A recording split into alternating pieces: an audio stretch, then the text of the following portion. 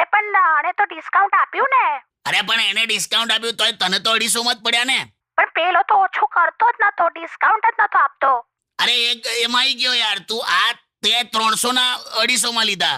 હા તો 50 ડિસ્કાઉન્ટ મળ્યું ને, ત્યાં નતો આપતો. પણ એ તો 220 નતો કેતો. પણ એ અડી જ રહ્યો તો, ડિસ્કાઉન્ટ ની ના પાડતો તો.